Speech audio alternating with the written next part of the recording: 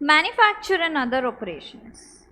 Section 65 enables conduct of manufacture and other operations in a custom bonded warehouse. हमने देखा, इसीलिए इधर से उधर पे लिखा, उधर पे रीड किया था, वहाँ पे मैन्युफैक्चरिंग ऑपरेशंस नहीं था. कहाँ से आया? इधर से.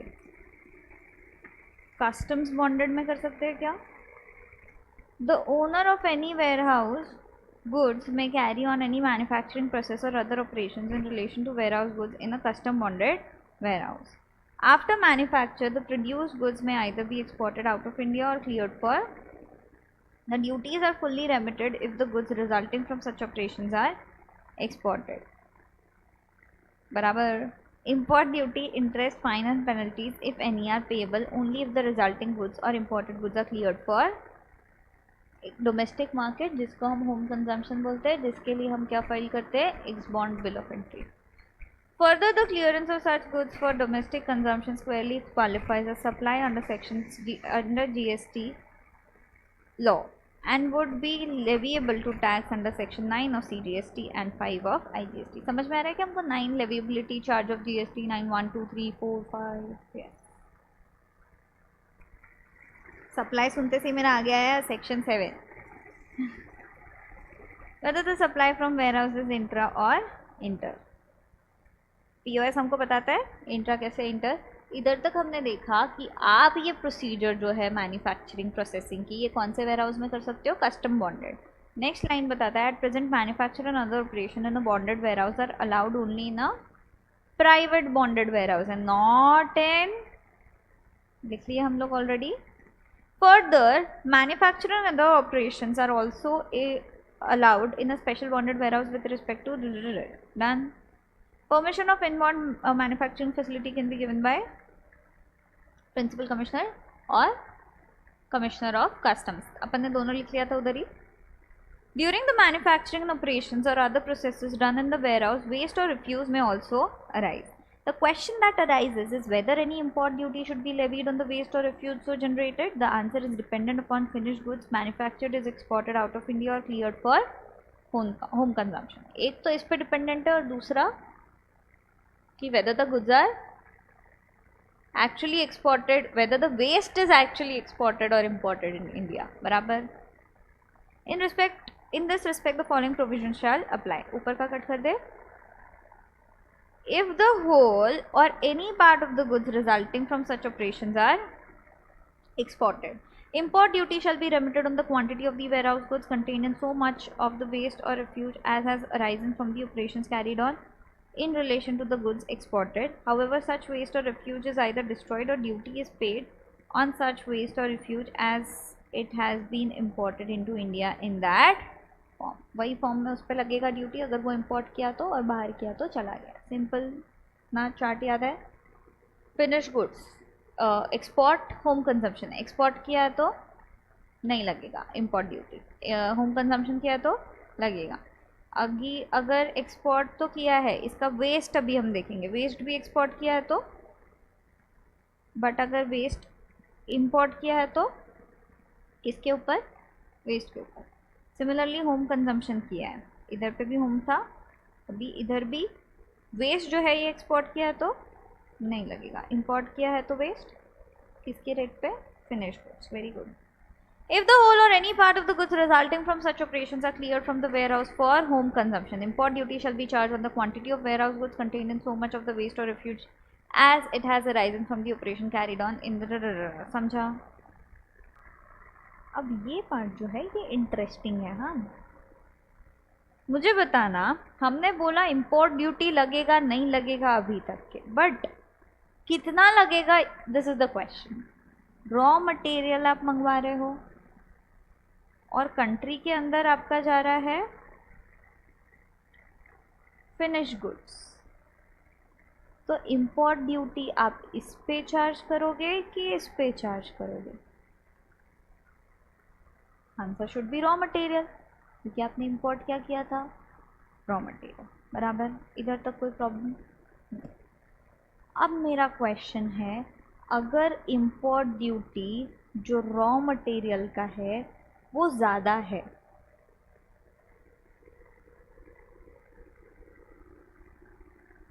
बराबर। कम हो तो हम तो खुश हो जाएंगे भाई, फिनिश गुड्स हमारा ज़्यादा इस पे है बट हम कम पे मंगवा के कम पे कर रहे हैं। बट अगर import duty of raw material is higher than the import duty of finished goods, example rubber हमने मंगवाया, रबर पे अगर import ड्यूटी सपोज 20% है एग्जाम्पल, और फिनिश गुड्स जो हमारा टायर बना इस पे import ड्यूटी 5% है, बराबर। अब मैं बना तो 5% के गुड्स रही हूँ और कंट्री के अंदर ला रही हूँ, बट मेरे को डिपार्टमेंट बोलता है नहीं नहीं तुम 20% पे करो क्योंकि तुमने मंगाया तो रबर था। तो जो डोमेस्टिक मार्केट में इम्पोर्टर्स है उनको ये बहुत बर्डनसम लगेगा कि अरे जो हमारा प्रोडक्ट है उस पर नहीं बल्कि जिसका रॉ मटेरियल इतना महंगा था उस पर हमको इम्पोर्ट ड्यूटी लगा रहे हैं, जबकि हम रॉ मटेरियल तो इम्पोर्ट ही नहीं कर रहे। तो गवर्नमेंट ने बोला कि अगर ऐसा होता है जहाँ पे रॉ मटेरियल का rate is higher than finish goods का रेट, तो आप सेंट्रल गवर्नमेंट के पास रिक्वेस्ट करो। सेंट्रल गवर्नमेंट क्या कर सकता है, जो ऊपर का एक्सेस है, मतलब ये 5% के ऊपर का जो एक्सेस है सेंट्रल गवर्नमेंट ये एग्जेम्प्ट कर सकता है या वेव ऑफ कर सकता है। तो हमको रेट लोअर वाला लगेगा। फिर समझे प्रॉब्लम, समझे पहला तो रॉ मटेरियल का rate is higher than the finish goods का रेट। अब हमने बोला कि भाई रॉ मटेरियल नहीं, हम तो फिनिश गुड्स लेकर के आ रहे हैं कंट्री में, तो हम रिक्वेस्ट कर सकते हैं गवर्नमेंट प्लीज़ हमको फिनिश गुड्स का रेट लगाओ क्योंकि वो कम है, ये रेट बहुत ज़्यादा है। समझे, पढ़े फिर इसको, फिर लिखेगा if any imported materials are used in accordance with the provisions of section 65 for the manufacture of any goods and the rate of duty leviable on the imported materials exceeds the rate of duty leviable on such goods, बराबर exceeds मतलब import का rate कितना है raw material का ज़्यादा, the central government if satisfied then in the interest of establishments or development of any domestic industry it is necessary to do so may by notification in official gazette exempt the imported materials from the whole or part of the excess rate of duty। Simple लिखे क्या फिर इसको,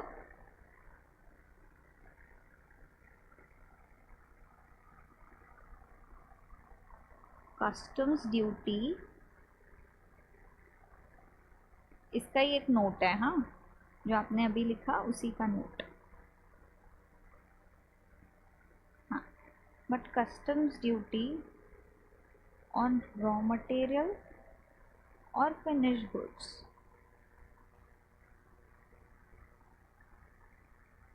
answer is raw material।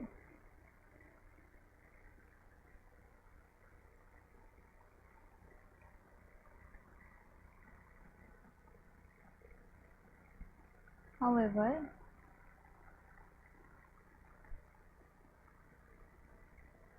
if import duty of raw material is higher than import duty of finished goods,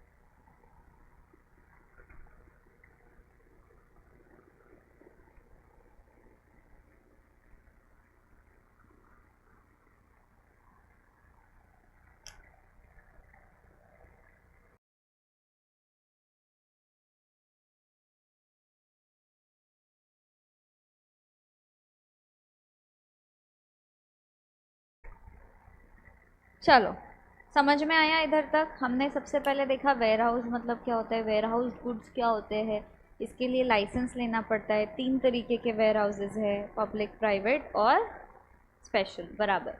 फिर हमने बोला कि आपके जो लाइसेंस है वो उसका कोई वैलिडिटी नहीं है, बट आपको कैंसिल करना हो तो कभी भी कर सकते हो। डिपार्टमेंट खुद भी कैंसिल कर सकता है, सीजी कमिश्नर और प्रिंसिपल कमिश्नर, अगर आपने कुछ कॉन्ट्रवेंशन किया है तो। अगर वो कैंसिल कर देते हैं तो आपको विद इन 7 डेज गुड्स उधर से निकालने हैं। निकालने कहाँ पे है हमने बोला था?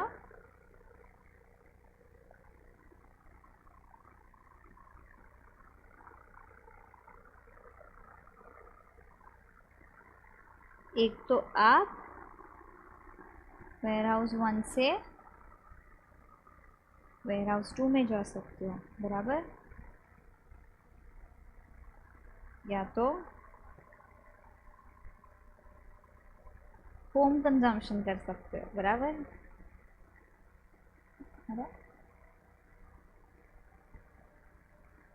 बट होम कंजम्पशन करोगे तो क्या फाइल करना पड़ेगा?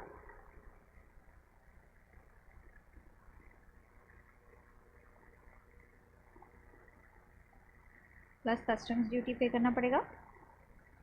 And last is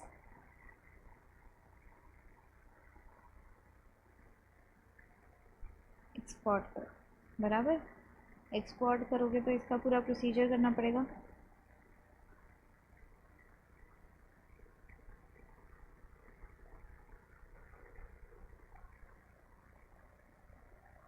shipping bill, yes. Export duty अगर कुछ रही तो पे करनी पड़ेगी।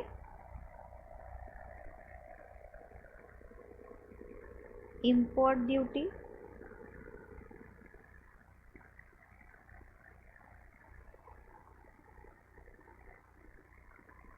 बट अगर आप स्मगल करके वापस लेके आ रहे हो तो करना पड़ेगा। मतलब कि आप बाहर भेज रहे हो और उसको वापस से इंडिया में लाने वाले हो तो इंपोर्ट ड्यूटी लगेगा।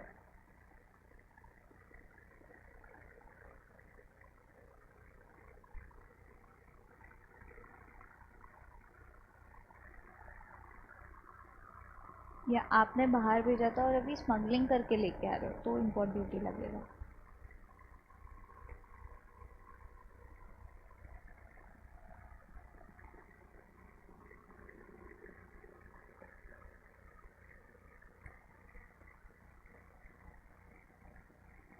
एक्सपोर्ट के टाइम ऑर्डर ऑफ क्लियरेंस मिलेगा, वो लेना पड़ेगा।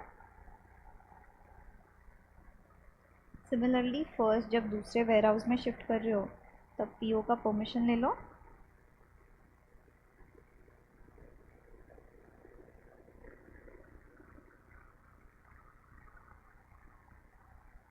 डन। इसी के साथ आपका होता है सेक्शन नंबर 67 खत्म। सिंपल। पढ़े क्या? ओह सॉरी, 67, 68, 69 खत्म। The warehouse goods can be removed from the warehouse for any of the following 3 conditions: one to another, home consumption, export. Done.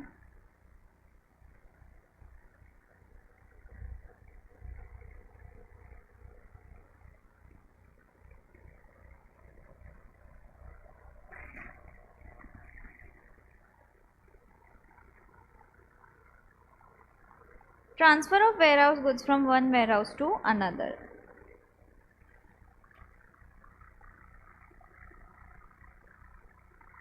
Section 67 permits removal of warehouse goods from one warehouse to another subject to such condition as बस इसमें क्या करना पड़ेगा? Permission of PO. There's a huge emphasis on ensuring proper dispatch of goods under one-time lock from the warehouse where the goods are originally stored and proper receipt of the warehouse goods at the destination warehouse so that there's no risk of revenue. तो इधर पे plus ensure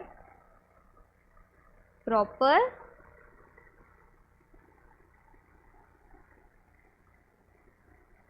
dispatch of goods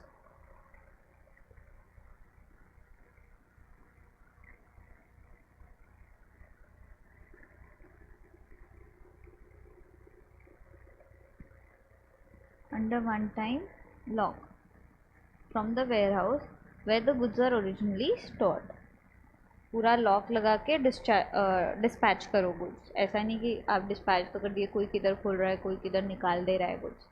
तो properly dispatch करो. इनका जिम्मेदारी इधर से निकलते समय, अपना जिम्मेदारी इधर से निकालते समय, और and proper receipt of warehouse goods at the destination warehouse. बराबर. और इधर पे plus proper receipt goods at destination. ये क्यों हम बोल रहे हैं? क्यों बोल रहे हैं हम ये? There should be no risk of revenue.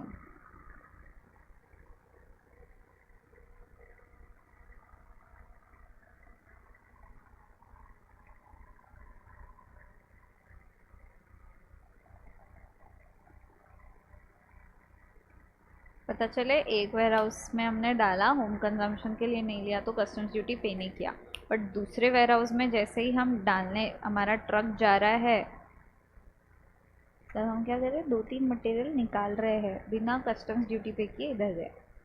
ऐसा होना चाहिए क्या? ये लीकेज नहीं होना चाहिए. समझे?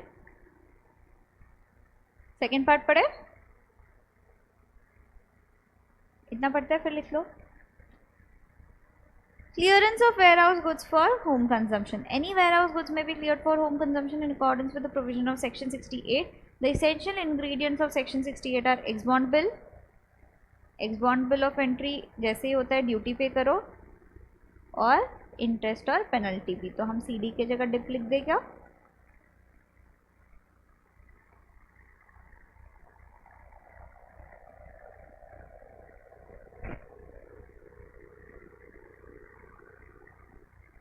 Yes. Once the PO is satisfied that all the amounts payable by the owner of the goods, including DIP, on the warehouse goods have been paid, he may permit removal of goods from the warehouse and pass a suitable order for clearance. The order for clearance of home consumption may be made electronically, वगैरह वगैरह. बराबर. ex-bond bill of entry plus DIP के बाद PO permit for clearance. बराबर है.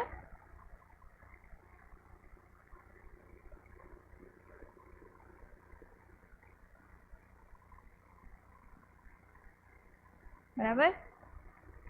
relinquishment of title of the warehoused goods, इसको हम पढ़ेंगे थोड़ी देर से. Clearance of warehouse goods for export पढ़ लेते हैं पहले. Section 69. For instance, ship stores which are meant to be exported only, goods meant for re-export, and goods supplied to duty-free shops and the like. This essential ingredients of Section 69 are: warehouse goods may be exported to a place outside India. Export कर रहे हो मतलब ही क्या है? Place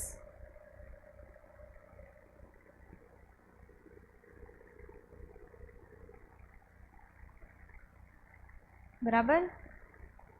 next, no import duty subject to fulfillment of condition. A shipping bill of export label declaration must be presented. Export duty, fine, penalties etc. if any अगर है तो पे करना पड़ेगा.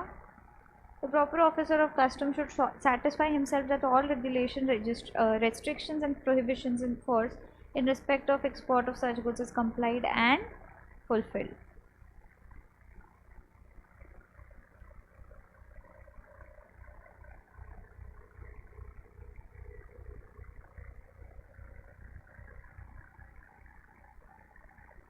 ये देखेगा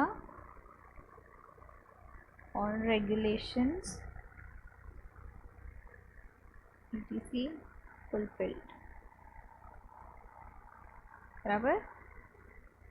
After satisfying himself about this aspect as well as payment of duties वगैरह, he will make a order for clearance. Order for clearance for export. अगर ये खुश है तो उसके बाद yes. In case Government of India is of the opinion that goods of any specified description are likely to be smuggled back to India, it may by notification direct that such goods shall not be exported to any place outside India without the payment of duty. वापस आने वाला है कैसे ना कैसे, मतलब इधर से आपने एक्सपोर्ट कर दिया, कस्टम्स ड्यूटी पे किया, क्या उधर जाके अपना एक बंदा बैठा है, जो आपने वो मूवी देखी थी जिसमें वो फ्लाइट में छुपा के ला रहे थे गोल्ड, हाँ यस, उधर अपना एक बंदा बैठा है जो स्मगल करके इधर चॉकलेट्स बना के वो चीज़ भेजने वाला है, स्मगल बैक होने वाला है इंपोर्ट ड्यूटी बचाने के लिए। तो हम क्या करेंगे, ये स्मगलिंग होने के पहले इंपोर्ट ड्यूटी लगा देंगे। Yes, may be allowed to be so exported subject to such restrictions and conditions as may be specified in the notification. समझे, इधर कुछ दिया है बट हमको वो एग्ज़ाम पर्पज़ के लिए नहीं है रेलेवेंट, तो हम नहीं देख रहे। सिंपल।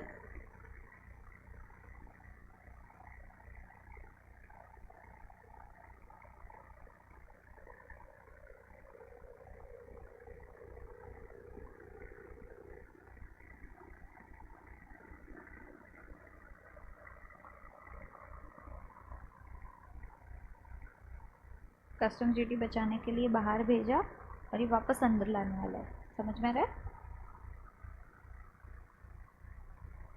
ये बचा था अपना, ये देख ले अभी।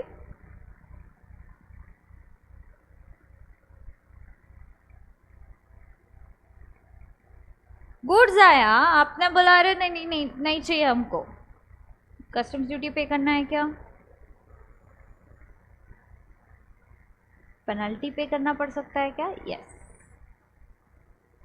बट ये रीलैंक्विशमेंट मतलब गिविंग अप द ओनरशिप। तो ये रीलैंक्विशमेंट हम ऐसे गुड्स के अगेंस्ट ले सकते हैं क्या जो खुद ही मतलब ऑफेंसिव गुड्स है, ऑफेंस कंडक्ट करा है या ऐसा कुछ है, जैसे कि बॉम्ब हमने मंगाया, अब हम बोल रहे नहीं नहीं नहीं चाहिए हमको, अभी हम नहीं पे करेंगे इस पर कुछ नहीं।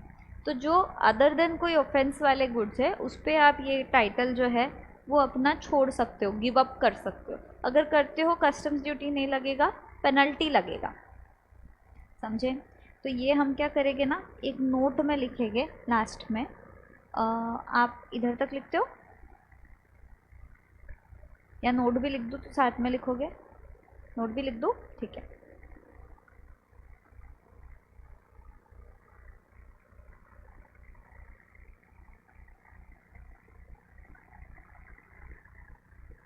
Note, relinquishment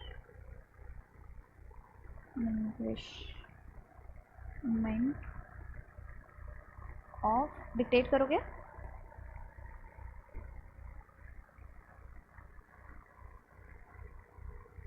of the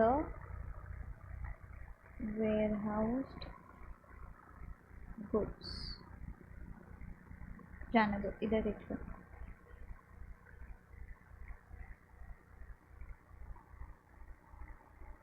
giving up the ownership of the goods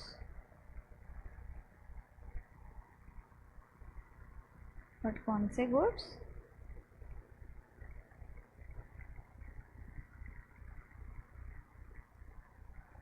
other than those goods against which any offense is committed।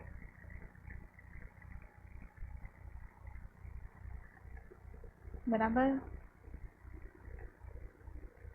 But कभी बिफोर होम कंजम्पशन आपको ओनरशिप देंगे। आप होम कंजम्पशन के बाद मना कर रहे हो, नहीं पकड़ा जाएगा। होम कंजम्पशन हो गया मतलब आपको कस्टम्स ड्यूटी आपने पे कर दिया। बिफोर होम कंजम्पशन अगर करते हो तो आपको पेनल्टी जो है वो लगेगा, बट कस्टम्स ड्यूटी लगेगा क्या? Simple.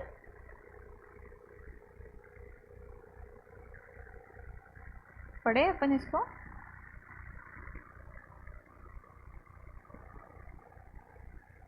The owner of any warehouse goods may at any time before any order an order of clearance for home consumption before an order for home clearance of goods for home consumption has been made in respect of such goods relinquish his title to the goods upon payment of penalties that may be payable in respect of the goods, and upon such relinquishment he shall not be liable to pay duty thereon. Simple. However, the owner of such warehouse goods shall not be allowed to relinquish his title to such goods regarding which an offence appears to have been committed. बराबर, under this law or under any other law. समझे? इसी के साथ हम लोग का section 67, 68, 69 होता है खत्म. लिखोगे? हेडिंग दो न्यू पेज पे. Removal of goods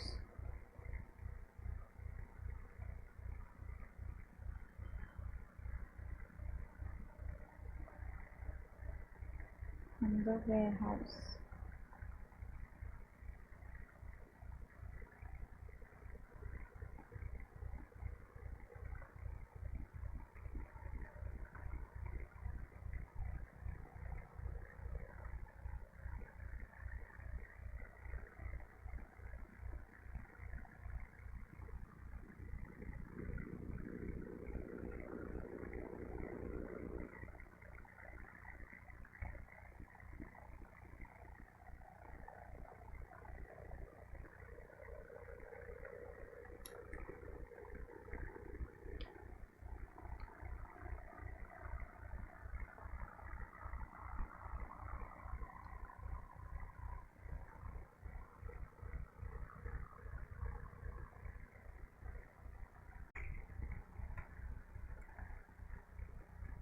next part जो है ये बोलता है allowance in respect of volatile goods. Volatile goods मतलब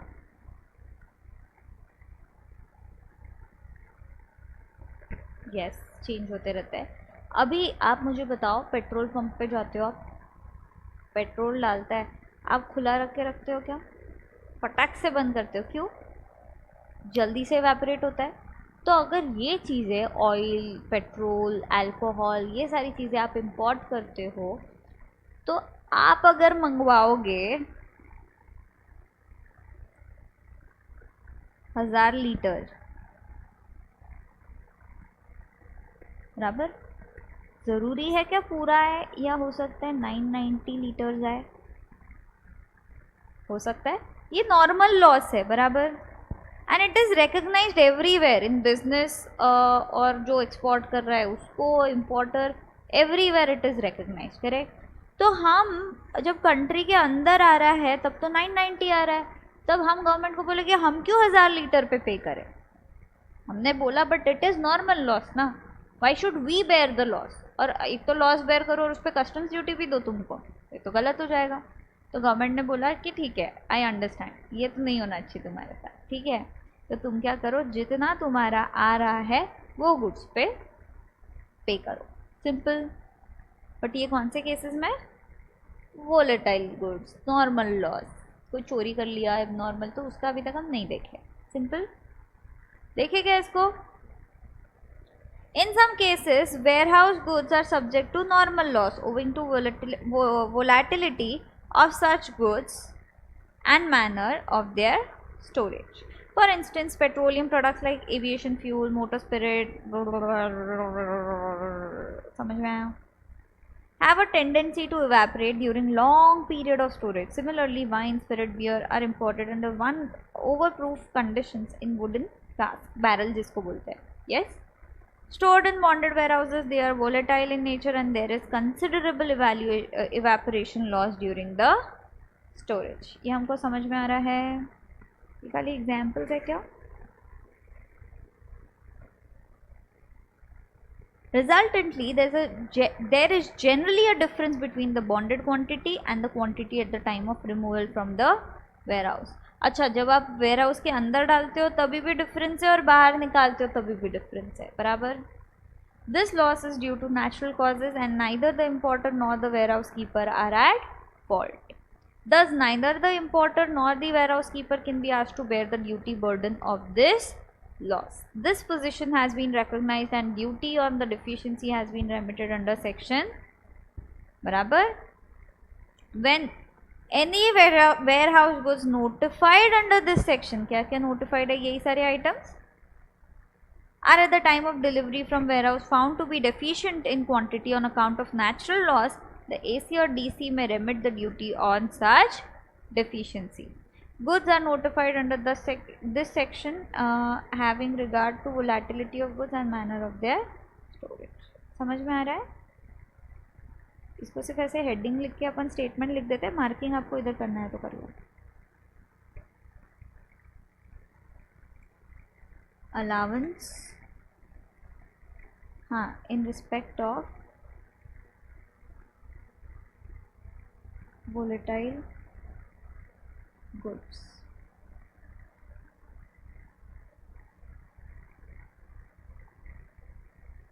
section 70।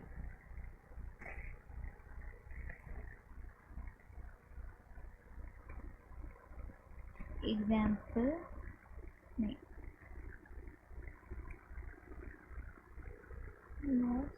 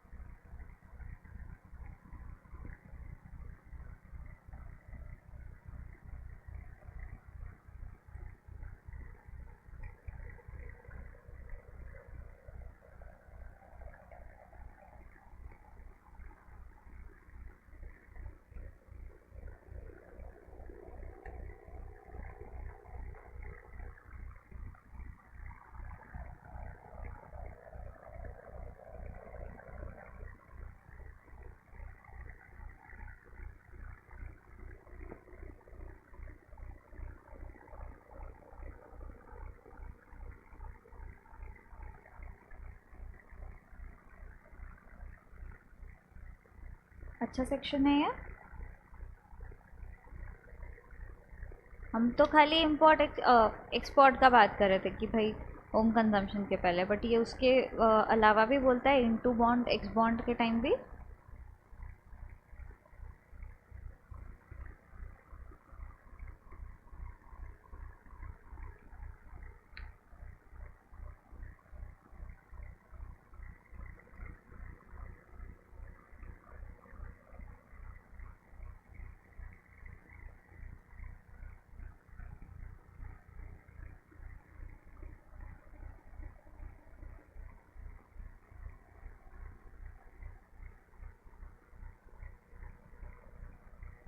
improper removal of goods from warehouse, देखे क्या?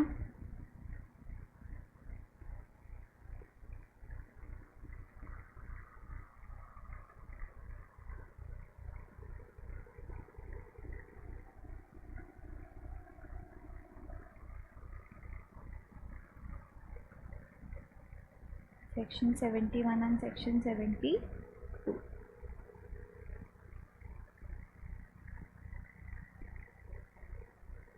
सेक्शन 71 है ना, ये बोलता है कि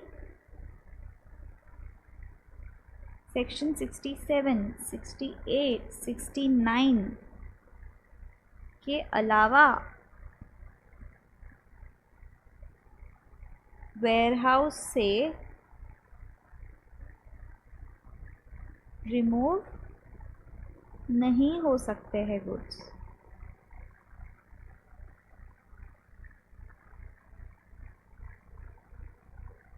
समझे? 67, 68, 69 क्या है बताना?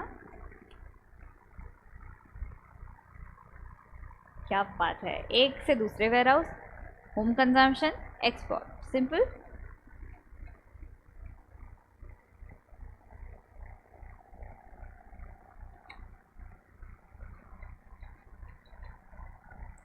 अगर इसके अलावा कभी आपने रिमूव किया तो हम क्या बोलेंगे, वो क्या है? इम्प्रॉपर रिमूवल ऑफ गुड्स, बराबर।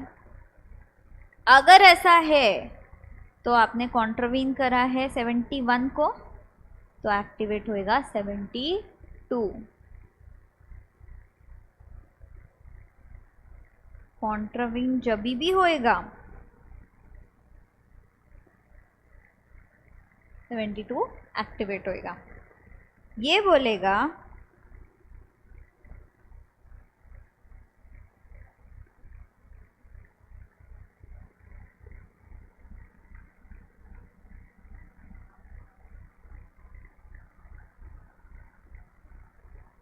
बोलेगा कि इम्प्रॉपर कभी कभी हो सकते हैं।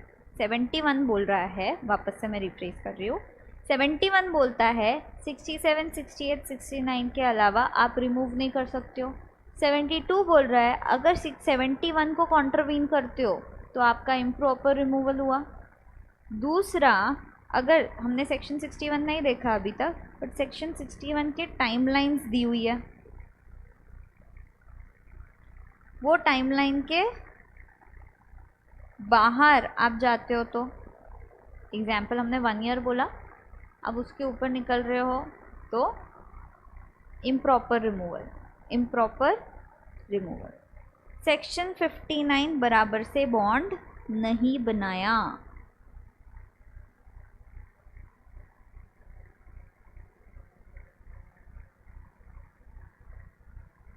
तो रहेगा आपका improper removal of goods.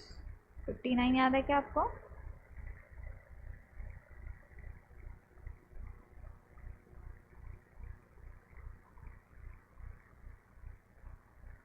Bond का था,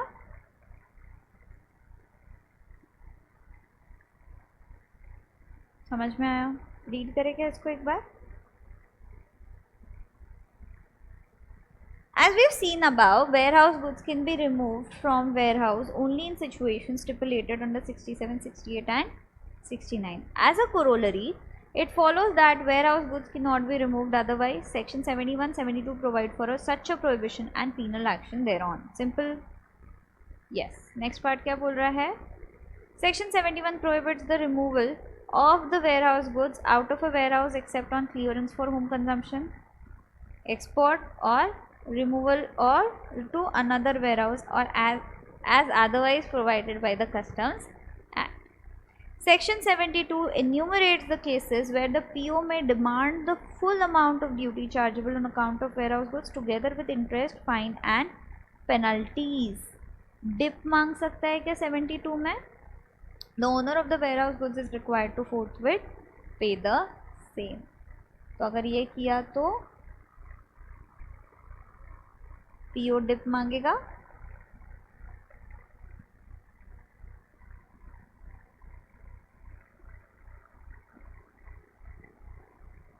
yes. Section 72 enumerates the cases where the PO may demand.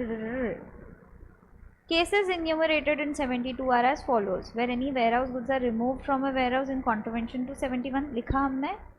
Number 2, where any warehouse goods have not been removed from a warehouse at the expiration of the period during which such goods are permitted under section 61. Number 3, When any goods in respect of which a bond has been executed under 59 and which have not been cleared for home consumption or export are not duly accounted for to the satisfaction of PO. इधर अपन ऐसा बराबर से bond नहीं बोलते हैं, bond तो बनाया है बट रिमूवल किया है क्या? नहीं. सही है.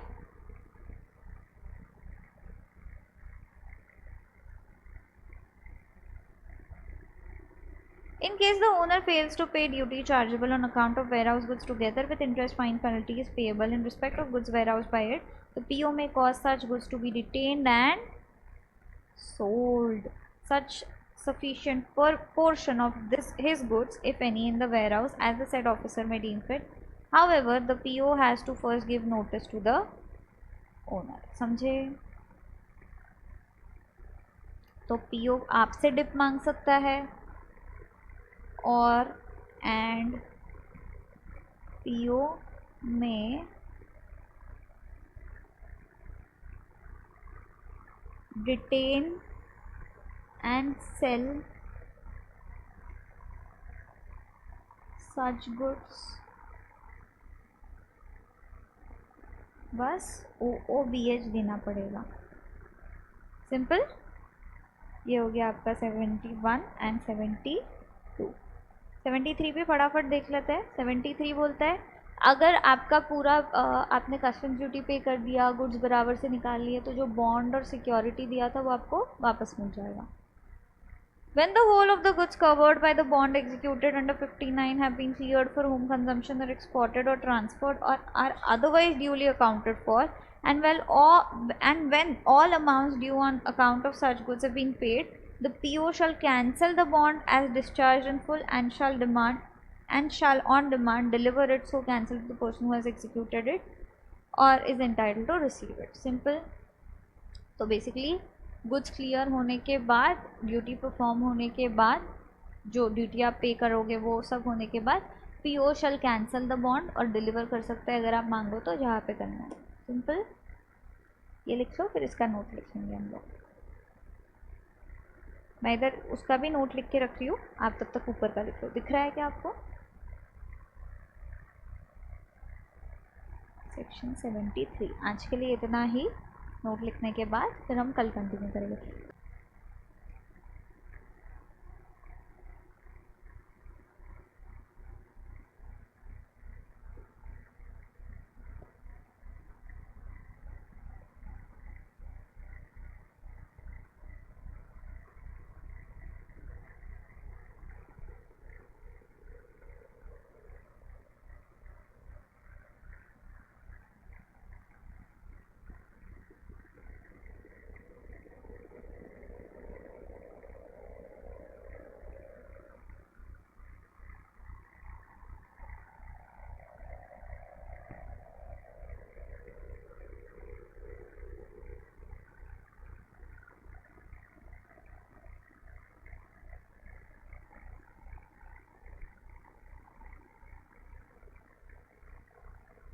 ऊपर का हो गया.